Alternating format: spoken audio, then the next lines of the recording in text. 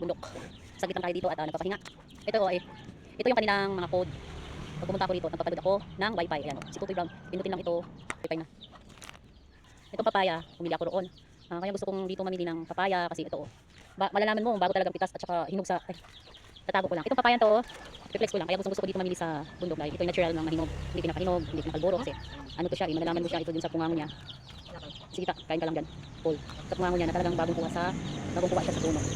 So ito, ibibigay ko to kitata, yung lagi ko pinupuntahan dito na nag-birthday tayo lang, may sakit siya. Meron akong mga hilaw doon na mga cute, kakainin lang namin itong papaya to. So nakakatulong to kitata itong fresh na mga walang chemicals na mga prutas. Ayan si tata ko. Ayan si tata. Hey, hi ta. Si hi. Hi. So ayan si tata. Ito, ibibigay ko kitata ito. Ibibigay ko itong papayang to. Ayan, sa kanya yan. Meron nga siya ditong sa akin na nilaga. So gusto lang niya mga natural food. Ang pinakain. Yan lamang. Mag-Tutoy Brown na ako. Mag-wifi na ako dito.